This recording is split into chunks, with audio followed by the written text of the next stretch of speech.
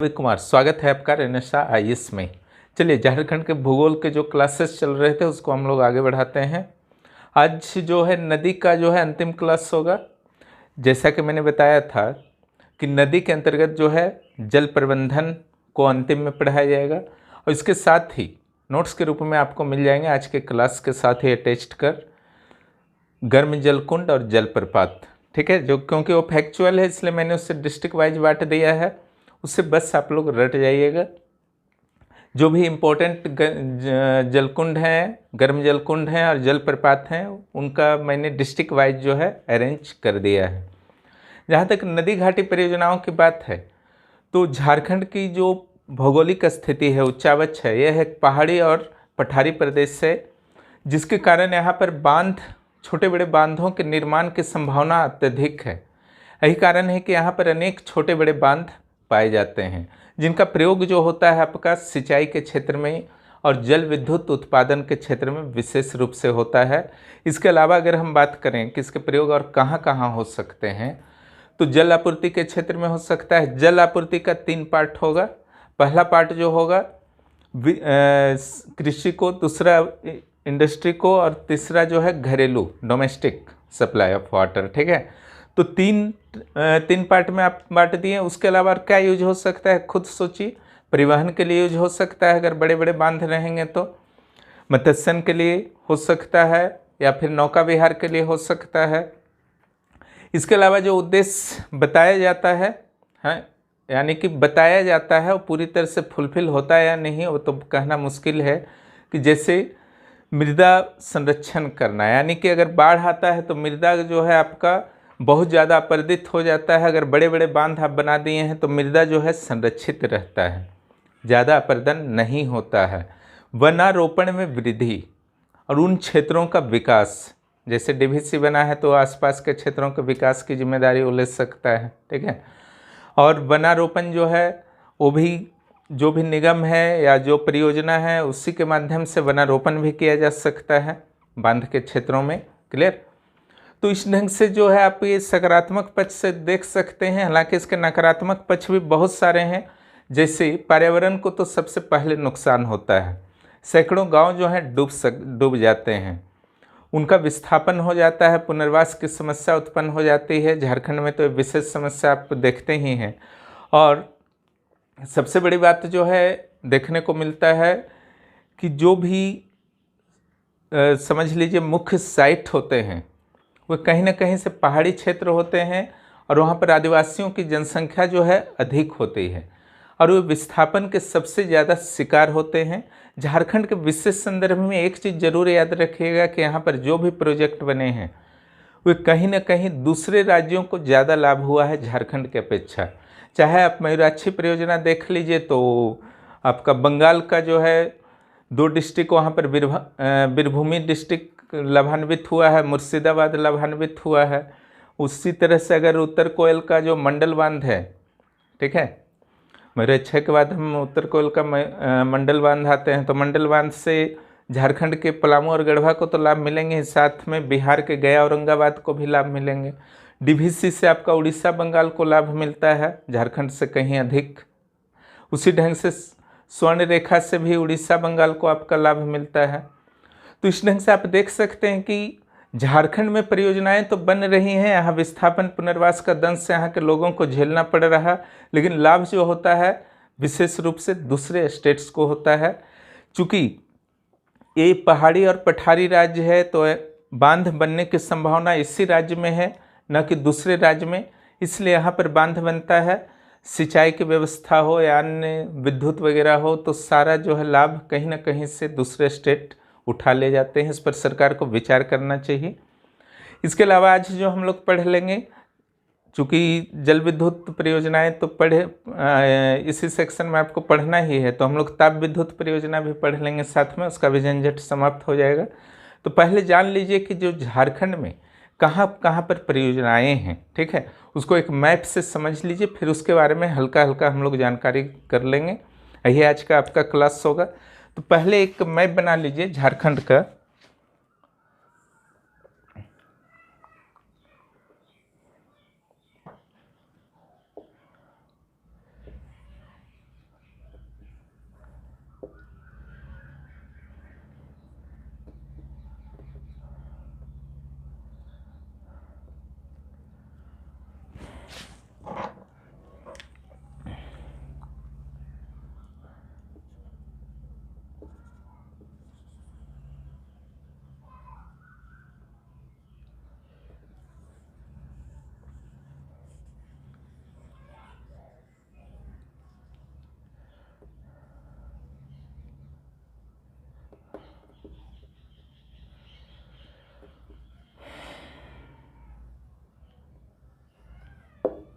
ये झारखंड का आपका मैप है। यहाँ पर अब जो है परियोजनाओं को आपको पहले मैं इस मैप में दिखा देता हूँ 5 प्रमुख परियोजनाओं को, ठीक है।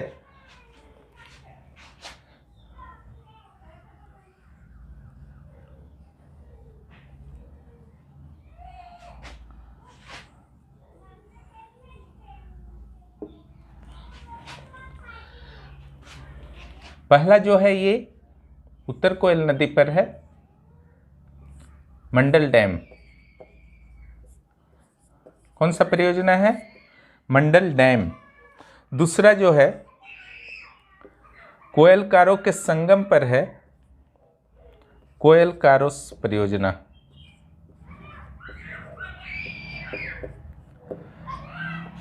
तीसरा जो है स्वर्ण रेखा पर है, चांडिल के समीप स्वर्ण रेखा परियोजना हो गया ये।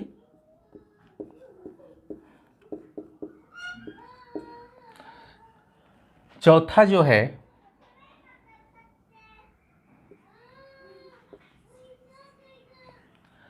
दामोदर पर है, ठीक है।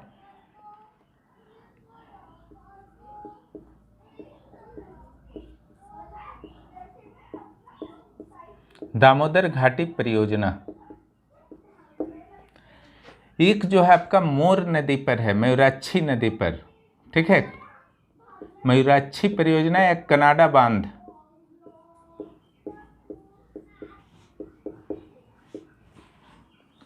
तो टोटल जो आपके हो गए 1 2 3 4 5, ये झारखंड के जो है 5 प्रमुख परियोजनाएं हैं। अब इसके अलावा छोटी छोटी सिंचाई परियोजनाओं के बारे में हम लोग बात कर लेते हैं, ठीक है।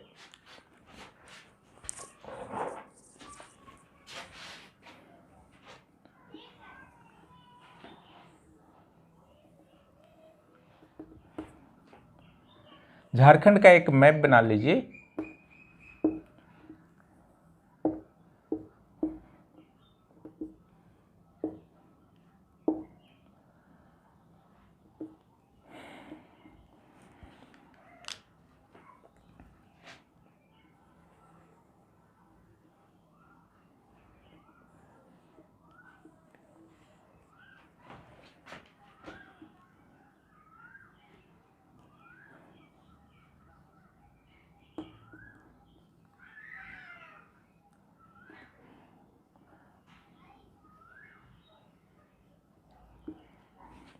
आपके समझ मैं बना देता हूं ताकि आपका भी प्रैक्टिस जो है साथ साथ होता रहे, ठीक है।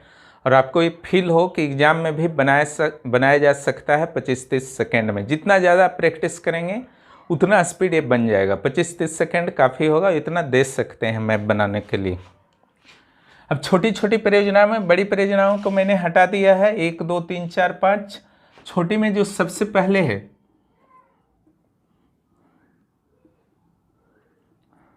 बेटाने। यहाँ नदी वगैरह का मैं नहीं दिखाऊंगा, बस सिंपल दिखाता चलूँगा जिस इलाका में है। अमानत सब परियोजना का नाम है, सिंचाई परियोजना का, ठीक है।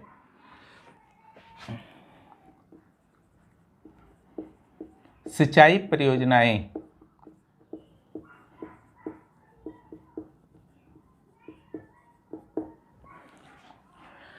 अमानत और बेटाने जो है दोनों पलामू में है। पी से समझना होगा आपको कि पलामू में है, ठीक है। बहुत ज़्यादा जगह नहीं हो पाएगा इसलिए।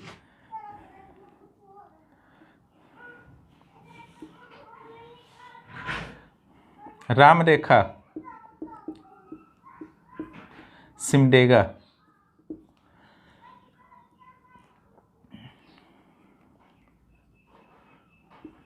सकरी लोहरदग्गा, क्लियर।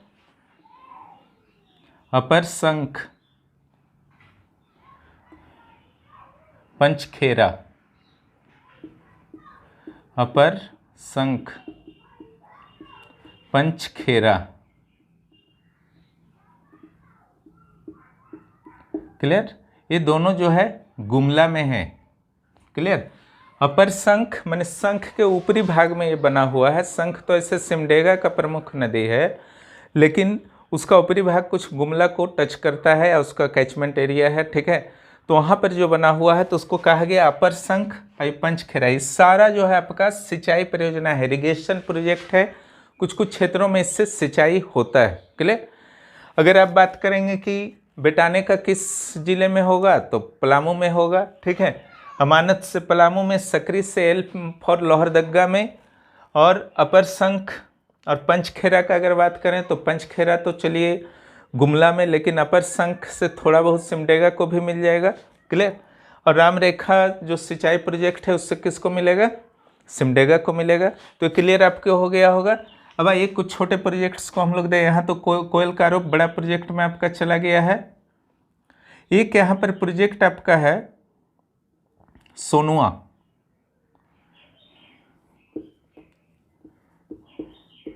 जो पश्चिम सिंहभूम में रहते होंगे सोनुआ का नाम सुने होंगे, यह स्टेशन भी है, ठीक है। सोनुआ सिंचाई परियोजना ये संजय नदी पर स्पेशली बना हुआ है।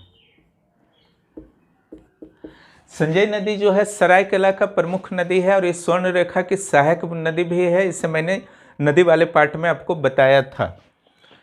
सोनुआ के बाद आ जाइए आप, एक रोरो प्रोजेक्ट भी है चाईबासा में, ठीक है। उसको दिखाने का नहीं जरूरत है, चलिए बहुत ही छोटा प्रोजेक्ट है।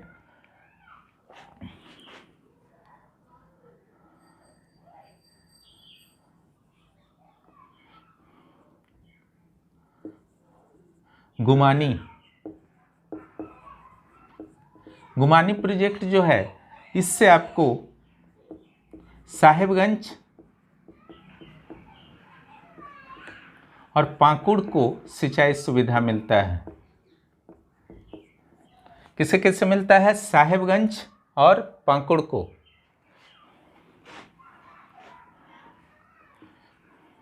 पुनासा,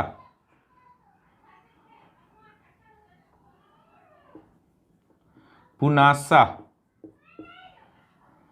ये दुमका के लिए है, ठीक है। किसे मिलता है इससे? दुमका को, पुनासा से। उसके बाद है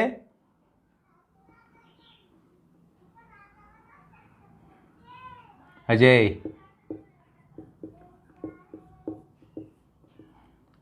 दुमका और देवघर दोनों के लिए है।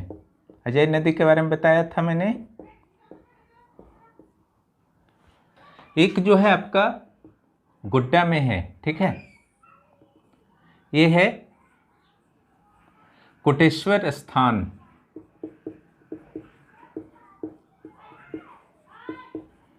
गंगा पंप योजना।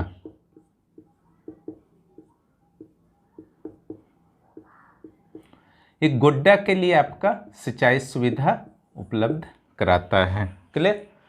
और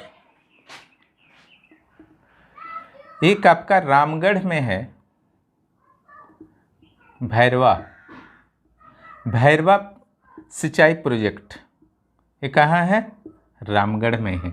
ये सब जो है छोटे छोटे सिंचाई प्रोजेक्ट हैं जो कुछ कुछ एक ज़िले के ही कुछ प्रखंडों को या ज़िले के आधे भाग तक रख लीजिए जो है सिंचाई सुविधा उपलब्ध कराते हैं। इससे ज़्यादा जो है इनका कैपेसिटी नहीं है। और ये सब बड़े बड़े प्रोजेक्ट हैं। विशेष रूप से अध्ययन जो हम लोग करेंगे इसका करेंगे। प्रश्न जहाँ तक इस सेक्शन से आने का बात है तो जैसे अजय है वो कहाँ उपलब्ध कराता है सिंचाई सुविधा, पुनासा कहाँ, तो दुमका में, ठीक है। इससे ज़्यादा इसका महत्व नहीं है, उससे ज़्यादा आपको पढ़ने की ज़रूरत भी नहीं है, ठीक है। अब चलिए इसका हम लोग स्टडी करते हैं एक एक करके। इसको मिटा देता हूँ, आप लोग उतार लीजिएगा कॉपी में अच्छी तरह से।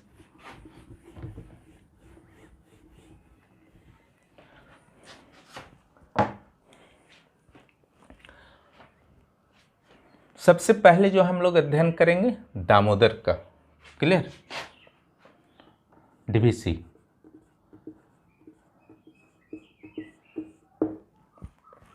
देखिए दामोदर नदी का जो प्रवाह है इसको यहाँ पर मैं कर देता हूँ ताकि आपको समझ में आ जाए थोड़ा। ये है दामोदर रिवर।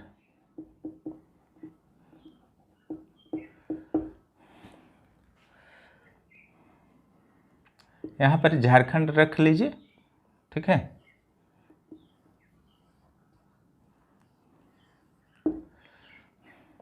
ये जो है दामोदर रिवर है।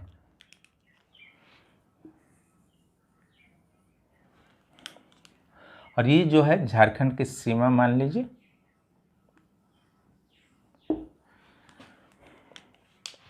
यहां देखिए एक नदी जो आपको लेना है पहले, बराकर, बंगाल सीमा के पास धनबाद में मिलती है, पिछले क्लास में मैंने बताया था। बोकारो। चलिए यहाँ पर लोकेशन को देख लीजिए, प्रमुख बांध की, सारे का लोकेशन मैं नहीं दूंगा। पहले आ जाइए तिलैया बांध को, ठीक है। यहाँ पर जो है तिलैया है, clear.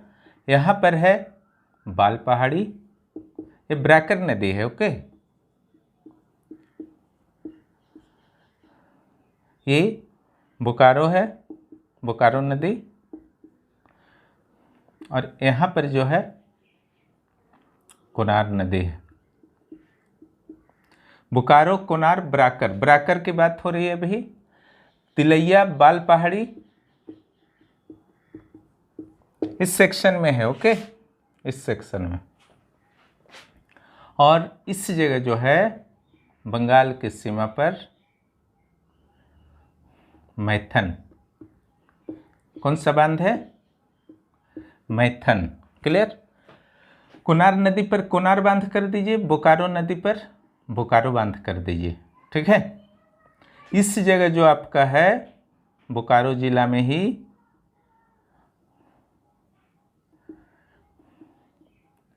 Tenughat, Tenughat thermal power project है। और इस जगह जो है पतरातू, क्लियर। इस जगह आपका जो है धनबाद सिटी है, इधर वर्धमान है, ठीक है, यहाँ धनबाद सिटी है। तो तिलैया बांध जो आपका है वो पड़ता है आपका कोडरमा में। कहाँ पड़ता है ये? कोडरमा में। बाल पहाड़ी जो है वो पड़ता है गिरिडीह में। मैथन जो है धनबाद में। यहाँ पर दामोदर नदी पर ही पंचेत है, क्लियर। पंचेत जो है धनबाद पुरुलिया सीमा पर है, बंगाल का पुरुलिया डिस्ट्रिक्ट।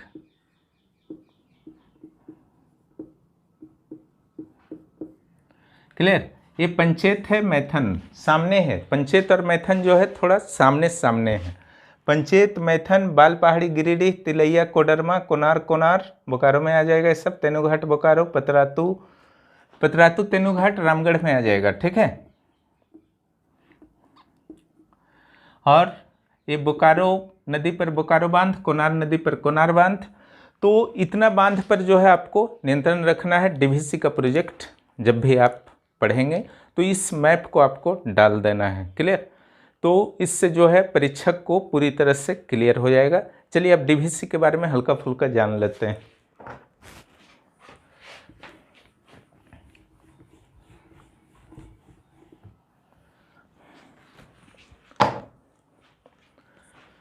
डीवीसी जो है उसको प्रेरणा मिला था टेनेंसी घाटी प्रोजेक्ट से। और इस 7 जुलाई 1948 को 7 जुलाई 1948 को बना था। और ये भारत का पहला बहुउद्देशीय परियोजना था, ठीक है, मल्टीपर्पस प्रोजेक्ट MPPP। क्योंकि जवाहरलाल नेहरू जो हमारे प्रथम प्रधानमंत्री थे उन्होंने कहा था कि बड़े बड़े बांधों से, बड़े बड़े इंडस्ट्री से ही जो है देश का विकास हो सकता है, ठीक है। इसी प्रयास के अंतर्गत उन्होंने पहला जो बनाया था बाढ़ को रोकने के लिए डीवीसी, ये पहला पावर मल्टीपर्पस प्रोजेक्ट था इंडिया का।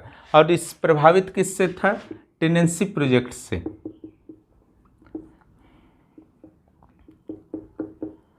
Tenancy project USA। इस नदी की लंबाई पता ही है आपको 524 किलोमीटर है, जिसमें 290 किलोमीटर जो है झारखंड में है, क्लियर। और इस नदी को जो है बंगाल का शोक बोलते थे, क्योंकि 1923 से 1943 तक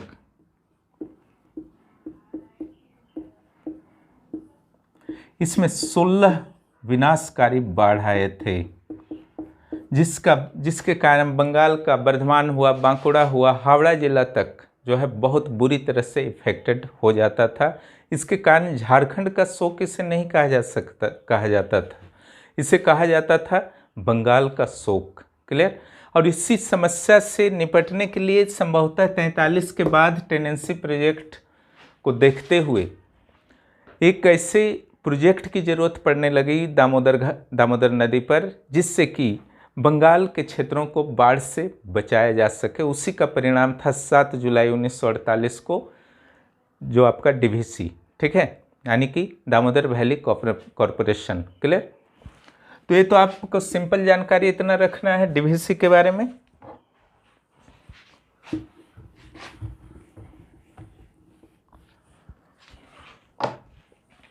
अब डीवीसी हो या सोनरेखा प्रोजेक्ट हो या मयूराक्षी प्रोजेक्ट हो, क्लियर, सबका उद्देश्य वही होता है, जल विद्युत सिंचाई, ठीक है। उसके अलावा जल पर्यावरण संरक्षण, पर्यावरण का संरक्षण कैसे होता है पता नहीं, लेकिन उद्देश्य में रखा जाता है, ठीक है। नौका विहार, उसके अलावा आपका परिवहन, नौ परिवहन, पर्यटन, ठीक है। आसपास के क्षेत्रों में वनीकरण को रोकना, वन तो कट जाते हैं, लेकिन उद्देश्य में सब शामिल होता है। संभवतः जो प्रोजेक्ट के कर्ता धर्ता होते हैं उन्हें यह जिम्मेदारी दी जाती है कि इस प्रोजेक्ट के माध्यम से आप आसपास के क्षेत्रों का विकास भी कीजिए। हालांकि ऐसा प्रैक्टिकली बहुत कम होता है, लेकिन झारखंड को भारी नुकसान हुआ है। इसका इफेक्ट और इसका पर्पस, ठीक है, दोनों को आपको ध्यान में रखना है। इफेक्ट में पर्यावरण को नुकसान होता है, लाखों की संख्या में पेड़ कट जाते हैं, ठीक है। मानव जनसंख्या को जो है भावनात्मक के साथ साथ धन की भी हानि होती है, उसके ज़मीन चले जाते हैं, उस अनुपात में उन्हें फिर वापस नहीं मिलते। और जनजातीय वर्ग जो है विशेष रूप से प्रभावित हुआ है इन प्रोजेक्ट्स के कारण, चाहे राष्ट्रीय उद्यान टाइप का, नेशनल पार्क टाइप का परियोजना हो या इस टाइप का आपका बांध वाला परियोजना हो। दोनों मामलों में जनजातीय वर्ग जो है झारखंड का क्या पूरे भारत का, चाहे छत्तीसगढ़ हो, उड़ीसा हो, बंगाल हो या फिर आपका झारखंड हो, ठीक है, या फिर उत्तराखंड के जनजातीय वर्ग हों, तो ऐसे क्षेत्रों में ही जो है जहाँ जनजातीय वर्ग रहते हैं वहीं पर मैक्सिमम प्रोजेक्ट देखा गया है, क्योंकि वहाँ की भौगोलिक स्थिति ही ऐसी होती है जो प्रोजेक्ट बनाने के लिए अनुकूल होती है। अब चल दामोदर के बारे में हम लोग जान लेते हैं। यहाँ पर बहुत सारे बांध बनाए गए, 8 बांध, 1 बैराज बड़ा बांध, ठीक है, 3 ताप विद्युत परियोजना,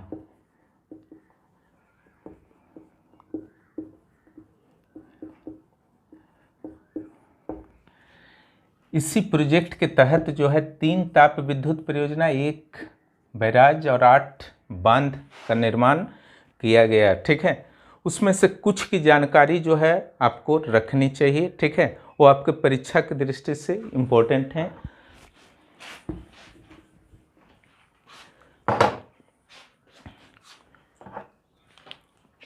अभी यहाँ के हम लोग बात कर रहे हैं,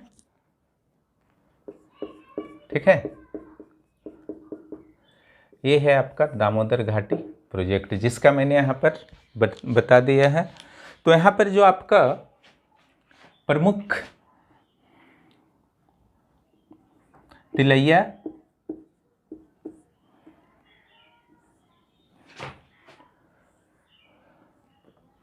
कोनार,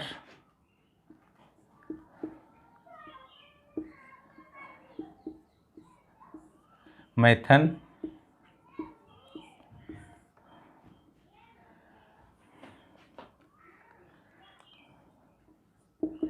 पंचेत,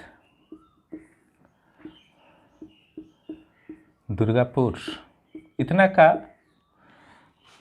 जो भी आंकड़ा मैं देने जा रहा हूँ उसको आप लोग याद कर लेंगे।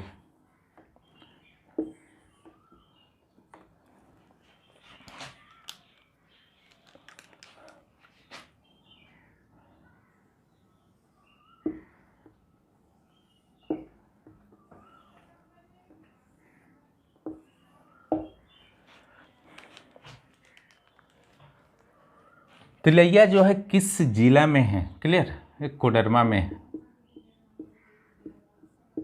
कोनार बोकारो, मैथन धनबाद, पंचेत धनबाद पुरुलिया सीमा में आएगा, है ना। दुर्गापुर वेस्ट बंगाल कर दीजिए, उससे हम लोग को मतलब नहीं है, ठीक है। बस पढ़ना है थोड़ा बहुत, अगर डीवीसी आ जाता है तो थोड़ा नॉलेज रखना चाहिए। क्लियर। यहाँ पर जो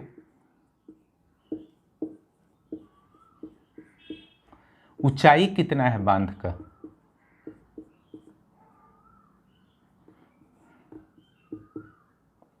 तैंतीस मीटर इसका हाइट है तिलैया का, ठीक है।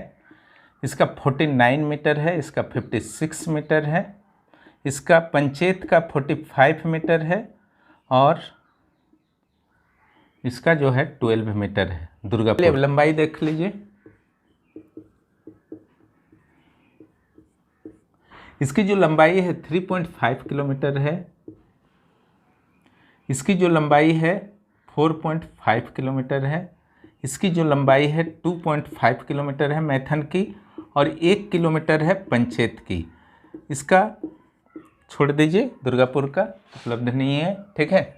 अब जल क्षमता पर हम लोग बात कर लेते हैं, कितना जल जो है ग्रहण ये करता है ये सारा बांध। देखिए यही चारों जो है इंपॉर्टेंट है, क्लियर, ध्यान रखिएगा। ये जो होगा आपका मिलियन मीटर क्यूब में, मिलियन घन मीटर में, क्लियर। इसका जो क्षमता है 400, इसका 360, इसका 1500 मिलियन मीटर क्यूब, और इसका 1400 मिलियन मीटर क्यूब, क्लियर। अब आ जाइए कि विद्युत उत्पादन कितना होता है।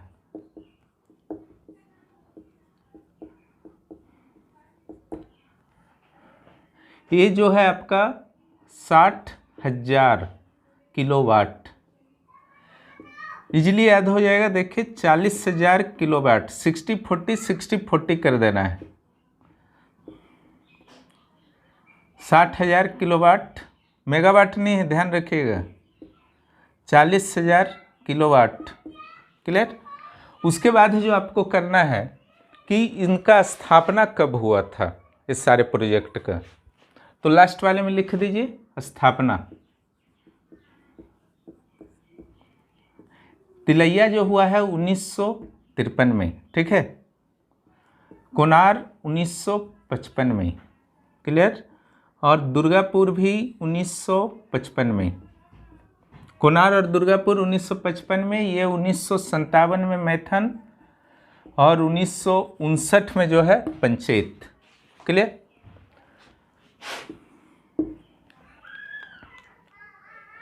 जिला को अच्छी तरह से करना है, Tilaiya, Koderma, Konar, Bokaro, Maithon, Dhanbad, Dhanbad Purulia, Durgapur West Bengal. 33 metre, 49 metre, 56 metre, 45 metre, 12 metre, 3.5 kilometre लंबाई है, 4.5 kilometre, 2.5, 1.0 not available, 400 million metre cube, 360 million metre cube, 1500 million metre cube, 1400 million metre cube. और विद्युत उत्पादन जो है आपका 60,000 किलोवाट है, 40,000, 60,000, 40,000, ठीक है। तुरंत याद हो जाएगा। 1953 तिलैया, कोनार 55, मैथन 57, 59 पंचेत, 55 दुर्गापुर। इतना जो है आपको डाटा को अच्छी तरह से कर लेना है और इसको डालना है एग्जाम में। डीवीसी जो है आपके मुख्य परीक्षा के लिए भी इम्पोर्टेंट है, प्रारंभिक परीक्षा के लिए यहाँ से बहुत सारे प्रश्न आ जाएंगे, किस जिला में है, ठीक है। नदी का जहाँ तक सवाल है तो नदी यहाँ से आपको पता चल जाएगा, जो इससे जस्ट पहले वाले कोनार नदी पर है, क्लियर। ये बराकर पर है,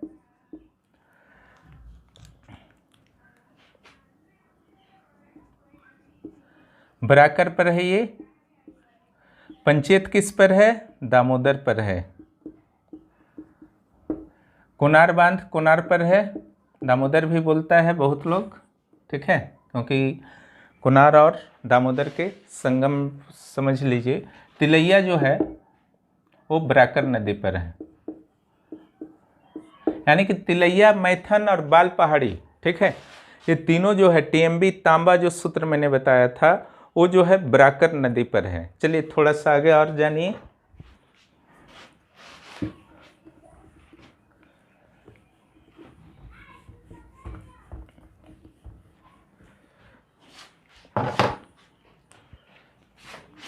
ताप विद्युत प्रोजेक्ट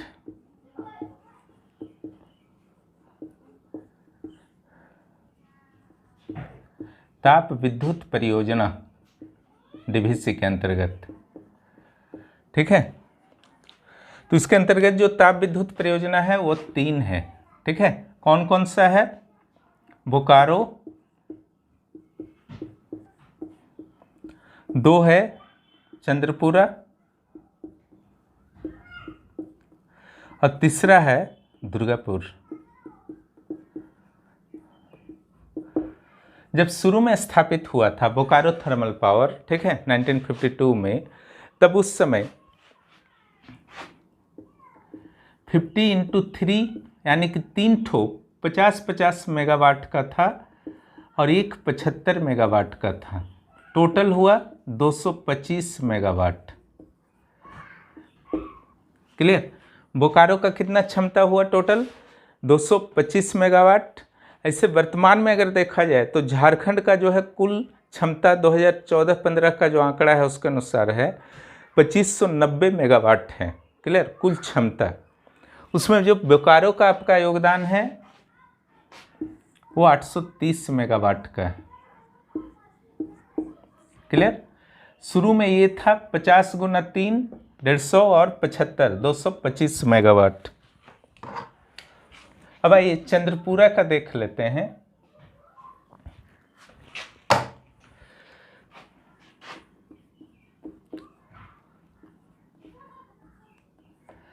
एक 104 × 3 यानी कि 3 यूनिट्स थे, 3 थर्मल पावर्स थे, 104 मेगावाट 104 में, तो टोटल कितना हुआ?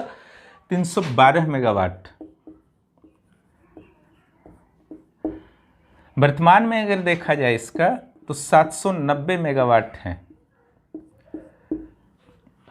अधिकांश जो है बाहर चला जाता है, बस इतना ध्यान रखिएगा। क्लियर? दुर्गापुर में जो था 75 × 2 शुरू में। वर्तमान में क्या है उससे मतलब नहीं है दुर्गापुर से हम लोग का, क्योंकि ये बंगाल में है। क्लियर? इतना ही लिख दीजिएगा। तो इस ढंग से आपका हुआ बोकारो, चंद्रपुरा और Durgapur thermal power. 3 thermal power जो है डीवीसी के अंतर्गत आते हैं।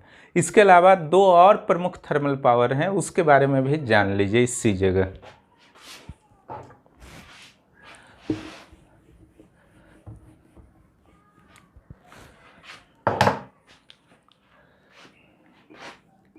डीवीसी के अंतर्गत नहीं।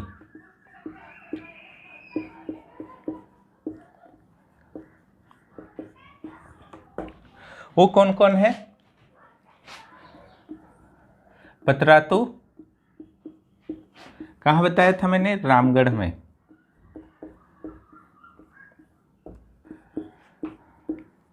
(1973) में बना है, ठीक है।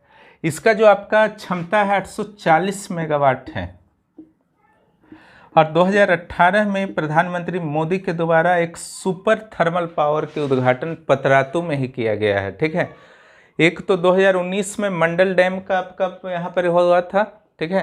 मंडल डैम मीन्स आपका जो बहुत बड़ा डैम है उत्तर कोयल पर, और दूसरा 2018 में आपका हुआ था पतरातू में 4000 मेगावाट का। इसमें से 2400 मेगावाट के आसपास पर वर्क शुरू हो गया है, हालांकि एक्टिव कुछ नहीं हुआ है। तो इस सुपर थर्मल पावर में आएगा, क्योंकि बहुत ही बड़ा अमाउंट होता है बिजली के, अगर आप यूनिट के रूप में देखें 4000 मेगावाट। तो ये हुआ पतरातू, रामगढ़ जिला में है। दूसरा जो है तेनुघाट, वो भी रामगढ़ जिला में है। देखिए इसमें नहीं आएगा डीवीसी प्रोजेक्ट में, ओके। तेनुघाट जो है वो भी रामगढ़ में है। यहाँ से जो है आपका 420, वहाँ 840 है ना, उसका आधा कर दीजिए, 420 मेगावाट। क्लियर? तो ये थर्मल पावर आ गया है।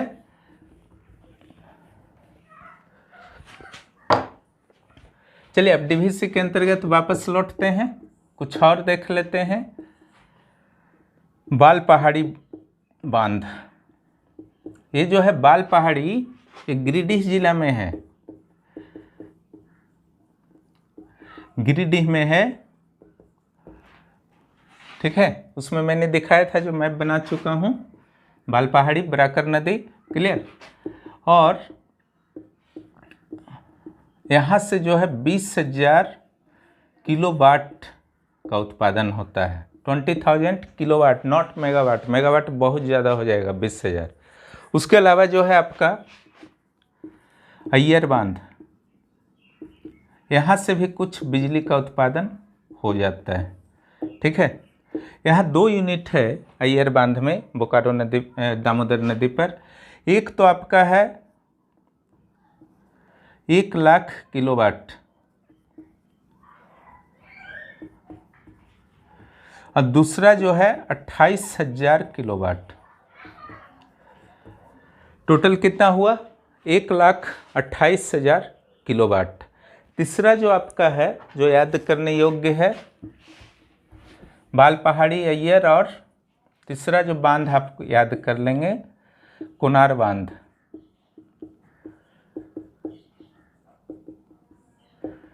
इसका जो क्षमता है 45,000 मेगावाट है, क्लियर। इतना जो है आपको याद रखना है। उसके बाद खंड का 90% कोयला जो है दामोदर घाटी में ही संकेंद्रित है। उसी तरह से 70% अभ्रक और 10% लोहा भी इसी घाटी में संकेंद्रित है, क्लियर। तो ये था आपका दामोदर घाटी प्रोजेक्ट। कोयल कारो प्रोजेक्ट पर हम लोग आते हैं, जो कि अधूरा पड़ा हुआ है, ठीक है। कोयल कारो प्रोजेक्ट यहाँ देख रहे हैं, कोयल नदी ये है, ये जो है कोयल नदी है, और ये कारो है। इसको मैं यहाँ बना देता हूँ,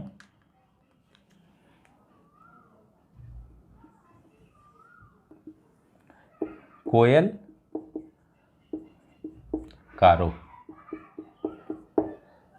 ये पश्चिम सिंहभूम में है, ठीक है, झारखंड का पश्चिम सिंहभूम जिला में अवस्थित है। ये 1974 से शुरू हुआ। स्टार्ट कब हुआ? 1974 से। यहाँ पर जो है आपका बसिया नाम की गांव में दक्षिण कोयल नदी पर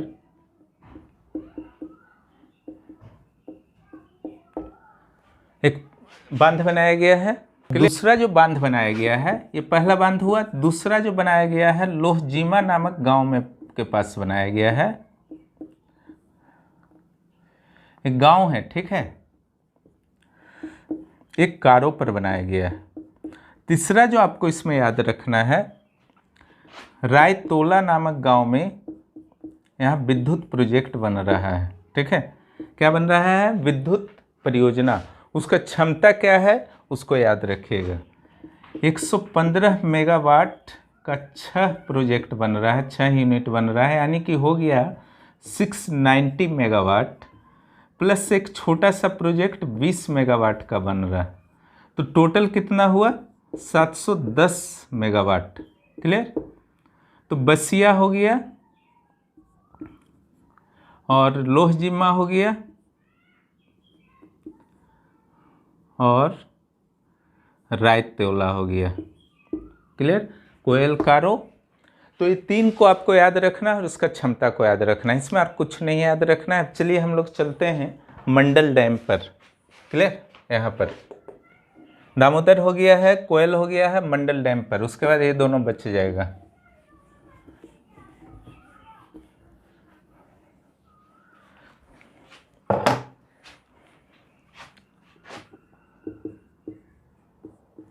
इसको जो है कनाडा बांध भी सॉरी, ये जो है आपका दक्षिण कोयल पर है, उत्तर कोयल पर। 1973 से ये शुरू हुआ प्रोजेक्ट पर विचार, और उस समय बिहार का परियोजना था। अब वर्तमान में बिहार और झारखंड दोनों का ये प्रोजेक्ट हो चुका है, मंडल डैम। 1992 में बिहार सरकार के वन विभाग के द्वारा रोक लगा दी गई। पर्यावरण समस्याओं को देखते हुए। क्लियर। और इसका प्रबल विरोध भी वहाँ हुआ, क्योंकि ये भी जो है वहाँ के जनजातीय क्षेत्र में ही बनाया जा रहा था, गढ़वा पलामू में। ठीक है, जिसके कारण वहाँ के लोगों ने प्रबल विरोध किया। यही कारण था कि लंबे समय तक लटका रहा। लेकिन अगस्त 2017 में यूपीए एनडीए सरकार के द्वारा, मोदी सरकार के द्वारा इस प्रोजेक्ट को जो है सहमति दी गई और इसके लिए अमाउंट भी जारी किया गया। इसके लिए जो कुल खर्च था, ठीक है, स्वीकृति, कुल खर्च जो था इसका अनुमानित खर्च अप्रोक्स मैं दे रहा हूं 24 करोड़। क्लियर। जिसमें लगभग 800 करोड़ खर्च हो चुके थे और 1600 करोड़ रुपया जो है जारी कर दिया गया है केंद्र सरकार के द्वारा। 800 हो चुका था 2400 में और 1600 करोड़ मोदी सरकार ने क्या किया है, जारी कर दिया गया है। 2019 में खुद ही उन्होंने उद्घाटन किया मंडल डैम का। क्लियर। पलामू में, हैदरनगर के पास है, पलामू का हैदरनगर के पास है। ठीक है, तो ये आपका सिंपल कुछ जानकारी हुआ। और आगे जानिए इसके बारे में, मंडल डैम के बारे में।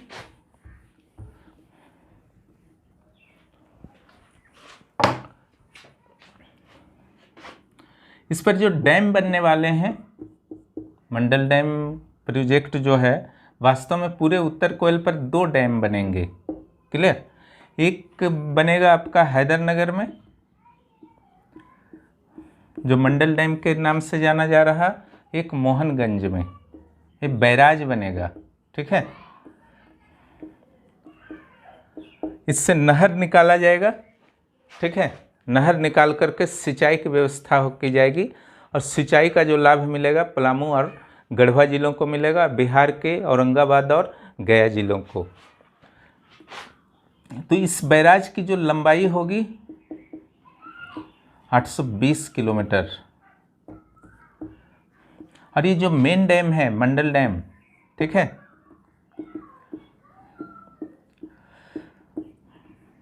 बेतला प्रोजेक्ट सुने होंगे, पलामू टाइगर प्रोजेक्ट।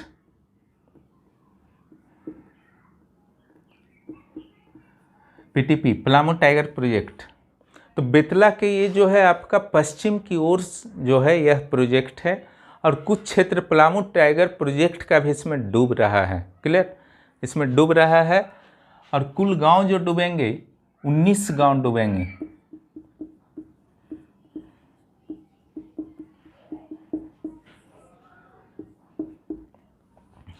तो बेतला या पीटीपी मंडल डैम का जो आपका लंबाई होगा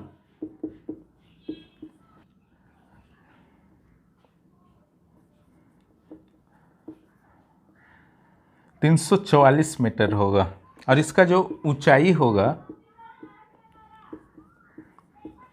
67.86 मीटर होगा। अप्रोक्स 68 मीटर याद कर सकते हैं, नो प्रॉब्लम। क्लियर। और इसका जो जल क्षमता होगा 1160 मिलियन मीटर क्यूब। कितना होगा? 1160 मिलियन मीटर क्यूब। तो ये जो 2 बांध हैं उसके बारे में जानकारी रखिएगा। अब थोड़ा सा और जानकारी दे देता हूं इस बांध के बारे में।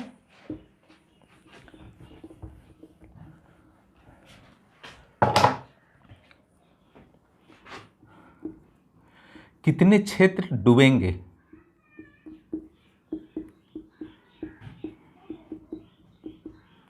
सिंचाई कितना होगा? ओके, स्पेशली सिंचाई के लिए है। क्लियर। डूबेंगे 1007 हेक्टेयर, 19 गांव। क्लियर। और सिंचाई जो होगा 1,11,521 हेक्टेयर। कहाँ कहाँ होगा? पलामू, गढ़वा झारखंड में और गया औरंगाबाद बिहार में।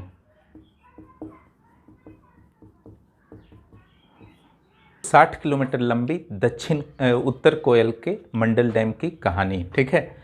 और इसका क्या पर्पस है और क्या इसका इफेक्ट पड़ेगा, मैं बार बार बता चुका हूँ। झारखंड के हर प्रोजेक्ट के लिए जो शुरू में मैंने बताया, इसलिए मैंने कंबाइंडली बता दिया है, वही होगा और कोई चेंज नहीं होगा। क्लियर। अब चलिए अगले प्रोजेक्ट पर हम लोग आते हैं।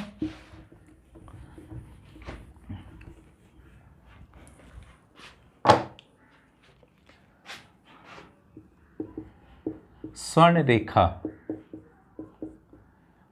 परियोजना, ये जो है आपका डीवीसी दामोदर जो परियोजना था ना, उसके बाद दूसरा सबसे बड़ा है।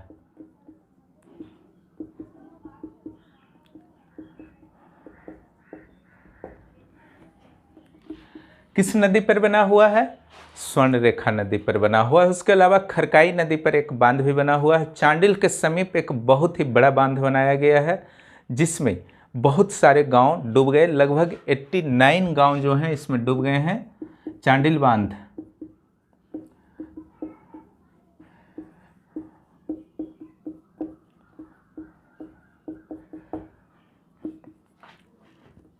अठहत्तर किलोमीटर का एक नहर निकाला गया है।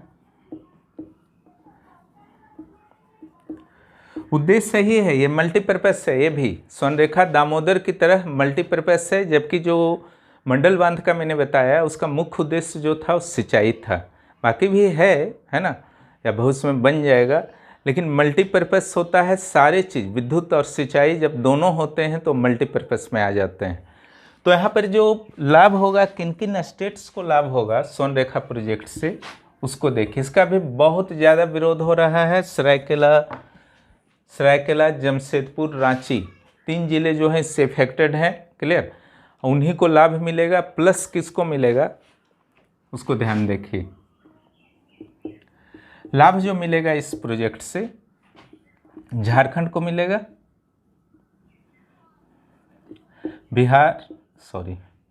बंगाल को मिलेगा और उड़ीसा को मिलेगा। और झारखंड में अगर डिस्ट्रिक्ट की हम लोग बात करते हैं तो होगा आपका सरायकेला खरसावां, रांची और जमशेदपुर। क्लियर। 3 जिलों को जो है लाभ मिलेगा।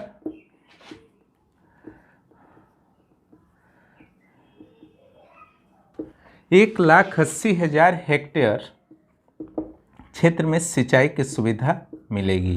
क्लियर। जहाँ तक बंगाल का बात है तो इसको जो मिलेगा 90,000 हेक्टेयर में सिंचाई का सुविधा, इसको 5,000 हेक्टेयर। उड़ीसा को बहुत ज़्यादा लाभ नहीं है, ठीक है। और ये 90,000 हेक्टेयर, लेकिन मुद्दा ये है कि कभी आप सुने हैं कि पड़ोसी राज्यों में बांध बना है और झारखंड को लाभ हो रहा 5,000 हेक्टेयर से ही? ऐसा नहीं है, ठीक है। अधिकांश जो है आपका बांध जो है झारखंड में बनता है, लाभ मिलता है आपका या तो बिहार को या उत्तर प्रदेश या फिर आपका साउथ में उड़ीसा, बंगाल, ठीक है।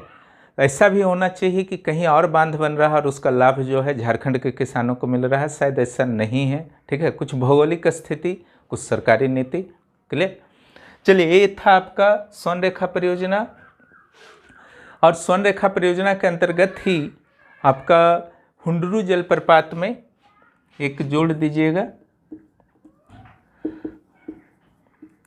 60 मेगावाट का 2 इकाई लगाया गया है, यानी कि 120 मेगावाट। कितना हुआ? 120 मेगावाट। इतना जो है आपको स्वर्ण रेखा में करना है और ये निर्माणाधीन है। ये शुरू जो हुआ था आपका 1978 से प्रक्रिया चली थी, लेकिन 1982-83 से वर्क शुरू हुआ और इसका प्रबल विरोध शुरू हो गया। आज भी पुनर्वास नहीं हो पाया है, ठीक है। किसी भी प्रोजेक्ट का झारखंड में जहाँ भी प्रोजेक्ट बना है, पुनर्वास अच्छी तरह से नहीं हो पाया है। आप अक्सर सुनते होंगे कहीं भी कोई भी प्रोजेक्ट की बात होती है तो तुरंत वहाँ के लोग जो है झारखंड में विरोध करने लगते हैं, चाहे यहाँ के सामान्य वर्ग के लोग हों या जनजातीय वर्ग के लोग हों। सभी लोग जो हैं ठगे गए हैं। जनजातीय वर्ग वाले ज़्यादा ठगे गए हैं, इसलिए वो किसी तरह का अब जो है कोई भी जोखिम नहीं उठाना चाहते कि कोई प्रोजेक्ट उनके इलाका में बने। निश्चित रूप से प्रोजेक्ट बनता है तो सिंचाई की सुविधा होती है, विद्युत व्यवस्था होती है, लेकिन जो पुनर्वास नीति होनी चाहिए वो बहुत स्ट्रॉन्ग होनी चाहिए। और उससे ज़्यादा ज़रूरी है, मैंने पढ़ाया ही था पुनर्वास नीति, अच्छा खासा प्रावधान उसमें है, लेकिन उससे ज़्यादा ये ज़रूरी है कि आप इम्प्लीमेंटेशन कितना करते हैं, लागू वास्तव में होता है या नहीं धरातल पर। ठीक है, कि बस हटा देना है और वहाँ प्रोजेक्ट बन गया और जो हटे वहाँ से विस्थापित हुए उनकी फिर कोई चिंता नहीं। ठीक है, तो फिर अगले प्रोजेक्ट के लिए तो ये घातक होगा ही। अन्यथा यहाँ का जो है आयरन ओर्स भेजने की जापान क्या ज़रूरत पड़ती। अगर सही पुनर्वास नीति सिर्फ हो जाए, विस्थापन नीति, और पहाड़ी क्षेत्रों का, पठारी क्षेत्रों का प्रयोग किया जाए, निर्जन स्थलों का, तो यहाँ का लोहा यहीं प्रयोग होगा। 4-5 स्टील प्लांट यहाँ पर और बन सकता है टाटा बोकारो के अलावा। इतना लोहा है झारखंड में, इतना अयस्क है। ठीक है, चलिए एक जो और प्रोजेक्ट बना है उसको हम लोग बात करते हैं। बड़े प्रोजेक्ट में वो है मयूराक्षी परियोजना। इसको जो है कनाडा भी कहा जाता है क्योंकि कनाडा का हेल्प से बना है। मासनजोर डैम यहाँ पर बना है, कनाडा बांध या मासनजोर बांध। देखिए यहाँ पर भी वही कहानी है जो बाकी आपका कहानी है। बना है ये प्रोजेक्ट मोर नदी पर, जिसको मोतिहारी नदी भी बोलते हैं। प्रोजेक्ट किस पर बना है? मोर नदी पर। और इसका लाभ जो मिलेगा, झारखंड का तो नाम ही नहीं है इसमें। ठीक है, इसका लाभ मिलेगा बंगाल के 2 जिले हैं, एक मुर्शिदाबाद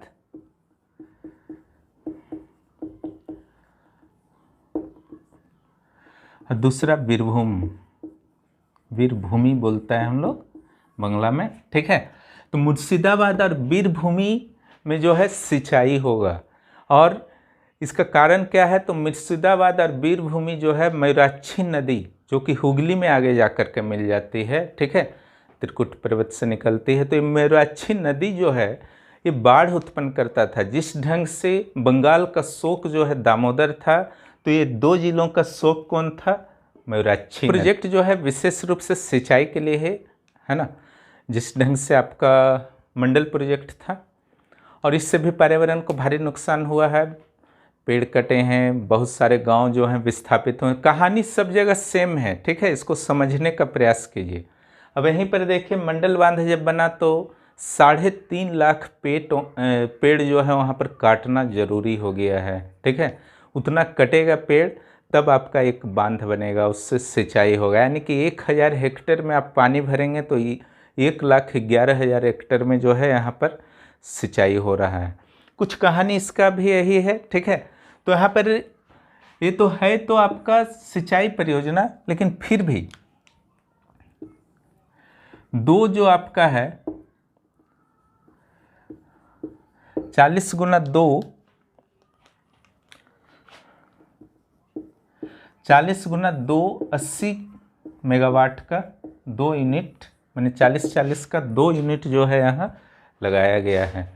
तो इस तरीके से जो है आपका अध्ययन किया गया आज प्रोजेक्ट का। ठीक है, और उसको जो है आपका जो जलकुंड है और जलप्रपात है वो दे दिया जाएगा, या तो इसी वीडियो के साथ प्रयास करूँगा या फिर अलग वीडियो के साथ, अलग वीडियो के रूप में उससे दे दूँगा। उसको जो है बस आपको रट जाना है। इस तरीके से आज का जो परियोजना संबंधी क्लास है वो समाप्त होता है। शुरू में जो मैंने छोटी छोटी परियोजनाएं बताई हैं वो कहाँ है, बस उतना ही रट लीजिएगा। और इस 5 प्रोजेक्ट के बारे में स्पेशली आपको जो है अवेयर रहना है, और जितना मैंने बताया है कम से कम उतना ज्ञान जरूर रखिएगा। और डीवीसी तो आपके मुख्य परीक्षा में भी है, सोनरेखा प्रोजेक्ट। ठीक है, जो भी चैनल पर नए हैं ज़रूर सब्सक्राइब कीजिए और दोस्तों को भी इस चैनल के बारे में बताइए। फिर मिलते हैं अगले क्लास में। बहुत बहुत धन्यवाद।